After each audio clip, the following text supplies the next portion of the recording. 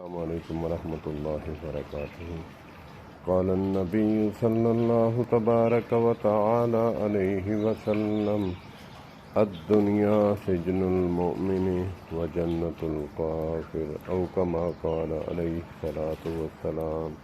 فرمایا نبی پاک صلی اللہ علیہ وآلہ وسلم نے، دنیا مومن کے لیے قید خانہ ہے اور کافر کے لیے جنت۔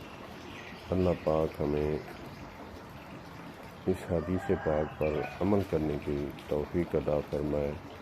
جس طرف بزرگ فرماتے ہیں دنیا جا رہی ہے، اس طرف نہیں بلکہ جس طرف شریعت نے حکم فرمایا اس طرف چلنے کی کوشش کریں۔ اللہ پاک ہمیں اسلام کے نقش قدم پر چلنے کی توفیق عطا فرمائے۔ یا ایھا الذین آمنوا ادخلوا فی السلم کافۃ۔ اللہ پاک ہمیں پورے کا پورے دین میں پورے کا پورا داخل ہونے کی توفیق عطا فرمائے۔